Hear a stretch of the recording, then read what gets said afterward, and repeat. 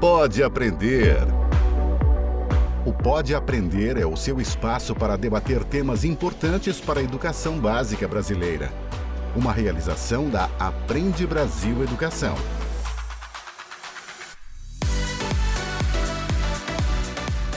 Olá, eu sou a Danae Búbalo e este é o Pode Aprender, o nosso bate-papo qualificado sobre a educação básica brasileira. Olha só, já estou prontinha aqui para acompanhar você em mais um episódio que vai inspirar a sua jornada com boas ideias e também com muito aprendizado. Então eu te convido, vem comigo, vamos juntos? Eu acho que os limites eles funcionam quando tem vínculo. Quando essa criança tem essa proximidade com o pai, com a mãe ou com as pessoas que estão na volta. O desenvolvimento infantil, ele não é uma linha reta, sabe? Eu sempre gosto da metáfora de um jogo de trilha, porque às vezes a gente joga o dado lá e avança 6 casas, e aí a gente volta e retroage 6 casas. O desenvolvimento infantil não é uma coisa linear.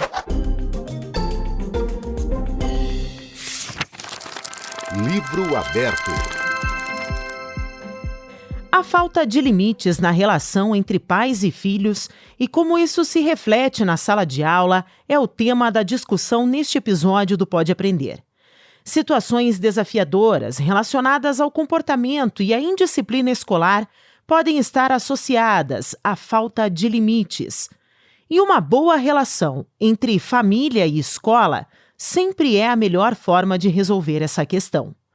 Mas como construir uma ponte com a família para encontrar a dose certa de limites que vai contribuir para o desenvolvimento integral das crianças? Pega a caneta. Para uma conversa franca sobre educação, autoridade e afeto na escola e em casa, o Pode Aprender conta com a convidada Valesca Karsten. Ela é educadora, pesquisadora, colunista, empresária da área de educação infantil, além de idealizadora e apresentadora do podcast Pode Mãe. Além disso, há 3 décadas, ela está na direção do Caracol Escolinha de Porto Alegre. Então, Valesca, seja muito bem-vinda ao Pode Aprender. É um enorme prazer estar contigo. Nossa, que delícia de recepção. Estou muito feliz de estar com vocês, colegas, para a gente bater um papo reto sobre coisas muito importantes na primeira infância. Vamos lá! Valesca, para a gente começar então o nosso bate-papo, eu gostaria que você explicasse para nós o que distingue uma criança exploradora de uma criança sem limites. Sim, eu acho que a gente vai poder construir um pensamento juntas sem ficar nessa coisa de se é isso ou se é aquilo, né? Porque no meu ponto de vista, toda criança é, por natureza, uma exploradora. Ela vai se desenvolvendo através da expressão corporal, do movimento e da curiosidade. A criança já nasce curiosa e se tem uma coisa que a gente não pode fazer, principalmente nós da educação, é abortar a curiosidade de uma criança. A criança precisa ser espontânea e mesmo que chegue aquela fase que eles fazem muito mais perguntas que a gente não tem nem tempo de responder, sempre a gente poder pensar, nossa, que canteiro rico que é essa criança curiosa. Então, eu penso que quando uma criança se desorganiza, nem sempre é por falta de limites. A gente precisa olhar na infância, ter aquele olhar assim muito individualizado, porque às vezes a criança está passando por um momento difícil, ou ela teve uma noite que não dormiu bem, ela está com alguma questão orgânica, ela não comeu bem, está com frio, está com calor, alguma mudança em casa, alguma separação, alguma morte na família ou doença. Então, são coisas que repercutem no comportamento da criança. Então, a gente sempre tem que pensar e dar uma olhadinha em que momento está essa criança. Eu quero aproveitar essa sua fala, Valesca, porque você trouxe um assunto muito importante, né? Nós estamos falando deste momento das crianças estarem em desenvolvimento, né? Nessa questão dessa exploração, é a exploração do conhecimento. Uhum. Então, eu gostaria que você falasse um pouquinho, citasse um pouquinho para nós a importância, né, dos pais e também dos professores estarem atentos a todas essas mudanças. Exatamente, isso eu ia mesmo acrescentar no que você está falando. Às vezes os adultos tanto os pais, quanto educadores, quanto a rede de apoio, precisa ter uma sensibilidade e lembrar que esse desregramento, muitas vezes, é só um pedido de ajuda, sabe. Então antes de dizer: "Ah, tá com não tem limites", ou "É uma criança terrível", ou sair dizendo coisas, quem sabe chega mais perto, né. É porque, assim, no meu ponto de vista, na minha observação como mãe também, como educadora, eu acho que os limites eles funcionam quando tem vínculo, quando essa criança tem essa proximidade com o pai, com a mãe ou com as pessoas que estão na volta. Por que que, assim, a gente percebe que na escola essas crianças, às vezes elas se comportam muito diferentes do que em casa, e graças a Deus, né, porque se eles se comportassem na escola como eles se comportam na família, não dava para ter escola, né.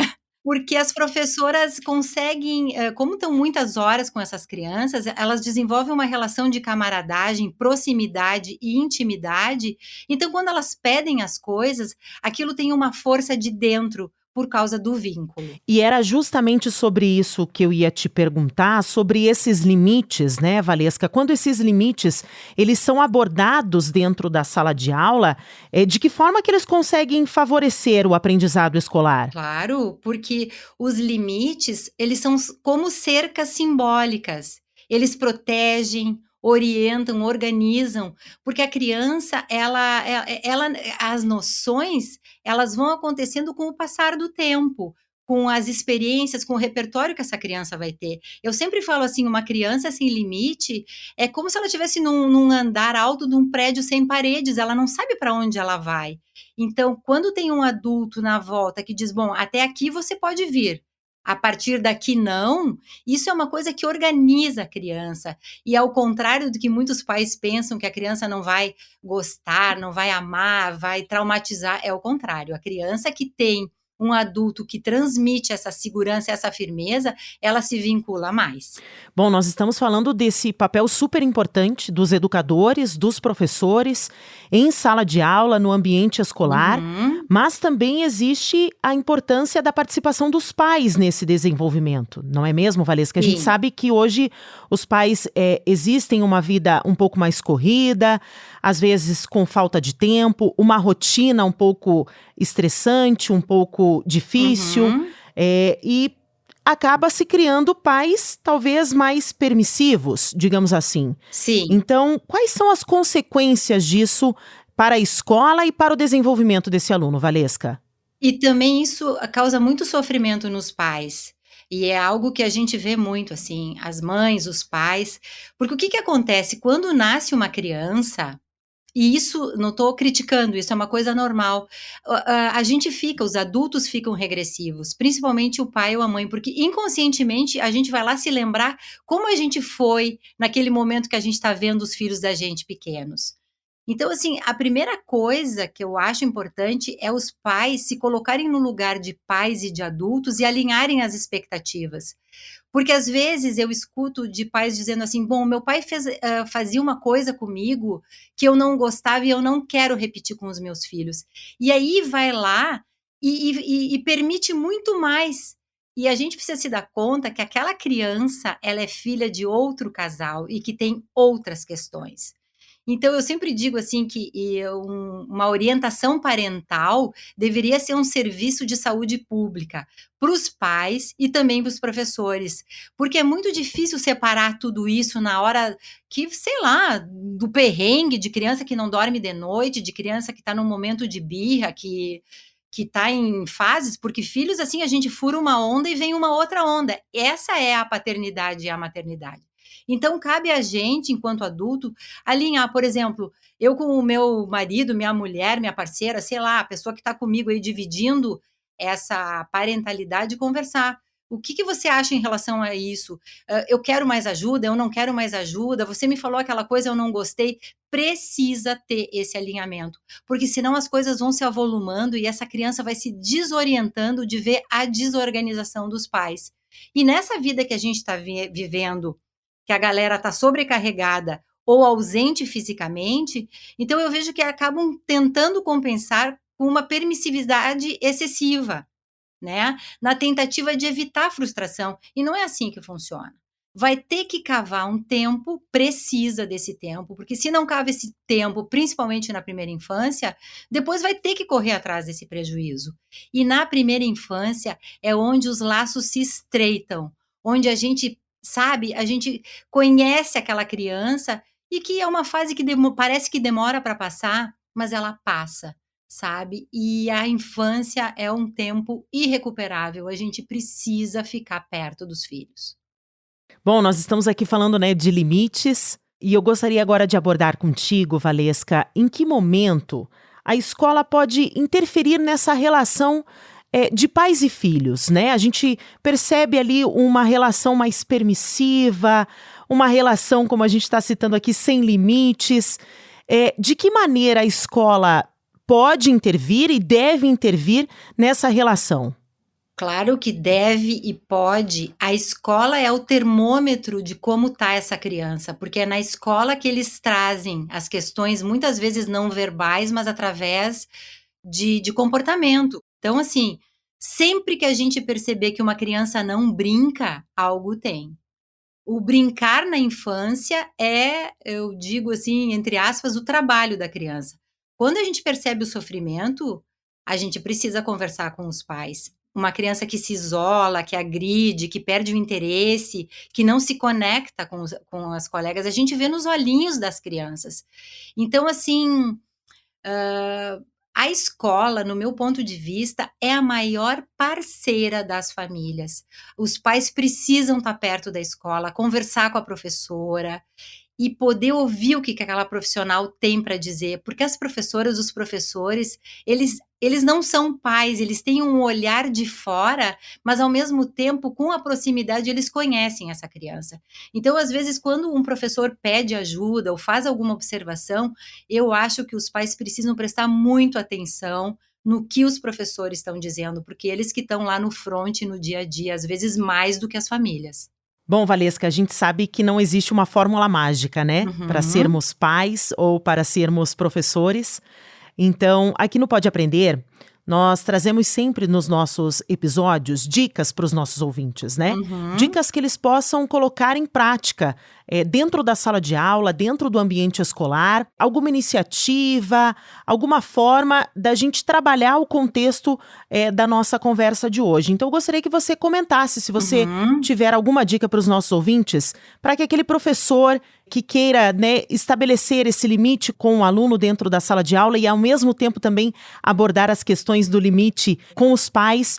Tem alguma dica que o professor pode colocar em sala de aula que ele possa começar a atuar já de imediato? Olha, eu vou te dizer assim, na minha experiência de mais de 30 anos e com todo o trauma que a gente viveu da pandemia, né, e nós todo mundo, né, mas as escolas foram gravemente impactadas. Eu sempre fui uma diretora que chegou perto das crianças, mas depois da pandemia eu me aproximei mais, porque com todos os protocolos de segurança, eu fui para o portão receber e às vezes os pais entregavam as crianças no meu colo, a gente fazia um corredor assim e eu passava para a professora e estavam as professoras, as educadoras, assistentes, toda a comunidade da escola ali recebendo essas crianças. E eu vi ali o quanto eu cheguei mais perto das famílias e o quanto isso melhorou a relação com os pais. Porque a gente está todo mundo, nós somos do mesmo time, entendeu? Eu acho que cada escola é uma escola e eu acho que tem que escutar os professores dessa escola, coordenação, direção, que eles sabem o perfil daquela escola. Mas uma coisa que eu poderia dizer que eu acho que é muito legal é poder trazer para dentro da escola para eles verem o trabalho dos filhos. Por exemplo, eu trabalho muito com arte e literatura na primeira infância.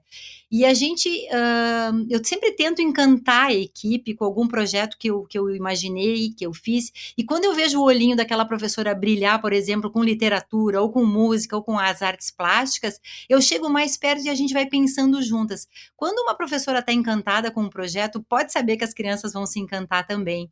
E aí os pais começam a se encantar. Então, trazer para a escola, para os pais verem o que os filhos estão fazendo. Sabe, não precisa ser no final de semana, são coisas poucas, mas poder trazer em alguns momentos, assim, achar aquele horário que essa família pode chegar mais perto. E isso, vou te dizer, que engaja, sabe? A gente fica mais perto e os pais veem a proximidade que essas crianças têm com a escola, com os professores. Sei lá, fazer uma oficina culinária, uma exposição, um encontro na praça. Tanta coisa que a gente pode pensar juntos. A gente tem que levar essas crianças mais para a natureza, sabe? Mostrar, porque a gente vai cuidar da natureza, a gente cuida das coisas que fazem sentido pra gente. E se essas crianças não conviverem com a natureza não vai fazer sentido para elas. Então eu acho que isso é uma coisa que eu diria que funciona bem.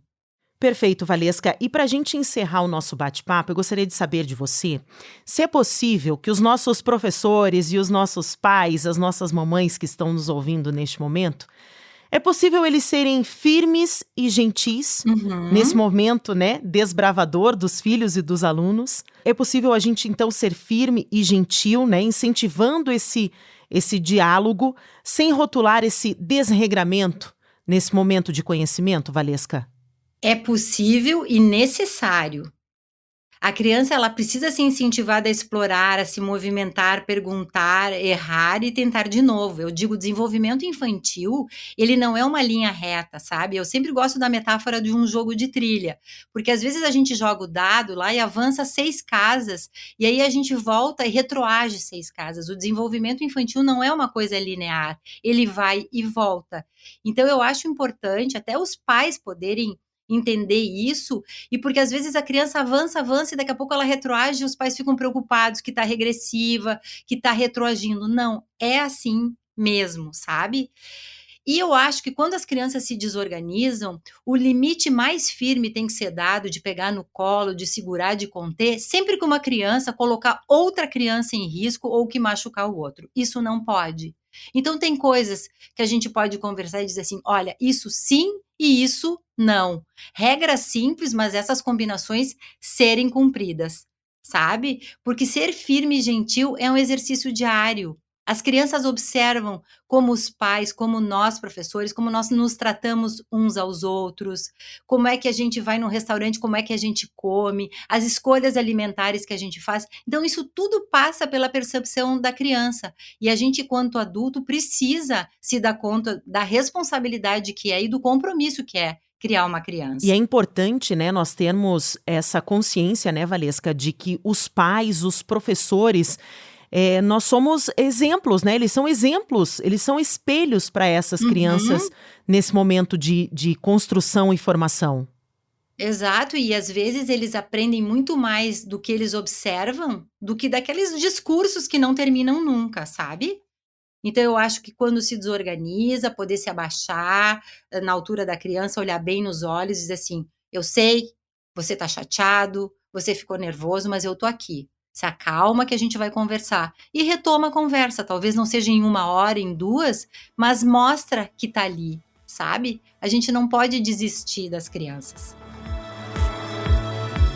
Múltipla escolha. Chegamos ao momento aqui do nosso podcast, Valesca, em que eu sempre peço aos nossos convidados para que eles deixem dicas, né, de filmes, de livros, de sites, de conteúdos que possam estender o nosso tema do episódio de hoje. Então, eu gostaria de saber quais são as suas indicações hoje, quais são as suas dicas para as famílias, para a comunidade escolar, para os nossos professores que estão aí atentos com relação a esses limites, né, ao desenvolvimento dessas crianças, dos alunos. Quais são as suas dicas de hoje? Olha só, eu separei 4 dicas de livros para as crianças e 3 para pais e professores, tá? Então eu vou dizer aqui rapidinho, mas depois vocês podem colocar, né, na legenda ou na descrição do Pode Aprender. Um é Rita, não grita. A autora é a Flávia Muniz, da editora Melhoramentos. O outro é Não, de Tracy Corderoy e Tim Warners, editora Ciranda Cultural. O outro é E Agora, Dora? Da Jéssica Marzo e Tiago Amormino. A editora é a Matrescência. E o outro é Eu Fico Irada, da Sandra Feder e Raeli Bell, editora Palas. Então, esse é para a gurizada, para as crianças. E para pais e professores, tem um livro muito legal que se chama Educação Não Violenta, da Elisama Santos, que é da editora Paz e Terra. Outro é Mitos da Parentalidade, Livrando os Pais da Culpa Infundada, escrito por um psicólogo chamado Renato Caminha, da editora Artmed. E outro livro que eu acho muito legal é daquelas coisas que a gente diz, quando eu tiver filho nunca vai fazer isso, quando eu tiver filho nunca vai fazer aquilo, sabe quando a gente cospe para cima? E é um livro divertido com muitas experiências de mães, que se chama Eu Era Uma Ótima Mãe Até Ter Filhos, da editora Sextante. Diversão para casa. Valesca, eu quero agradecer a tua participação aqui no Pode Aprender. Eu é que agradeço. E deixo aqui agora aberto um espaço para que você possa deixar os seus contatos aos nossos ouvintes, né? No início aqui do nosso programa, eu comentei, nós somos colegas, né? Apresentadoras. A Valesca também é apresentadora do podcast Pod Mãe. Então, eu deixo aqui aberto agora esse espaço para que você possa deixar os seus contatos, as suas redes sociais, para quem quiser conhecer um pouco mais do trabalho da Valesca, quiser também ouvir os episódios do Pod Mãe. Quais são os seus contatos, Valesca? Tá, muito obrigada pela oportunidade. E eu sempre digo, papo bom passa rápido, né? Parece que a gente começou faz 1 minuto e já está na hora da gente terminar. Eu agradeço a oportunidade e eu acho que nós, da educação, nós somos pontes. Então, assim, eu vou adorar conversar com quem quiser falar comigo, porque a maternidade é uma nave enorme, né? Nós, mães, mulheres, a gente anda com tanta coisa povoando a nossa cabeça. Por isso eu criei o Pod Mãe, que é um espaço de escuta e trocas. Então, quem quiser ouvir o Pod Mãe, tá no meu Instagram, que é o meu nome, Valesca, com V e C, .Karsten. Valesca.Karsten é o meu Instagram. Lá tem na minha bio todos os episódios do Pod Mãe. E também quem quiser seguir o trabalho ali da escola, que o Instagram tem uma curadoria feita por mim, é bem legal. É @caracolescolinha. É isso aí. Mais uma vez, eu quero agradecer imensamente a participação da Valesca no Pode Aprender e também agradecer a você que nos acompanhou em mais um bate-papo qualificado sobre a educação básica brasileira. Lembrando que o Pode Aprender é uma realização da Aprende Brasil Educação com a produção da banca do podcast. Para comentários e sugestões, basta você enviar um e-mail para aprendebrasil@positivo.com.br. Acompanhe os próximos episódios do Pode Aprender na sua plataforma de podcast preferida, nas nossas redes sociais e também no site da Aprende Brasil. Até mais! Com produção e edição da banca do podcast, o Pode Aprender é uma iniciativa da Aprende Brasil Educação.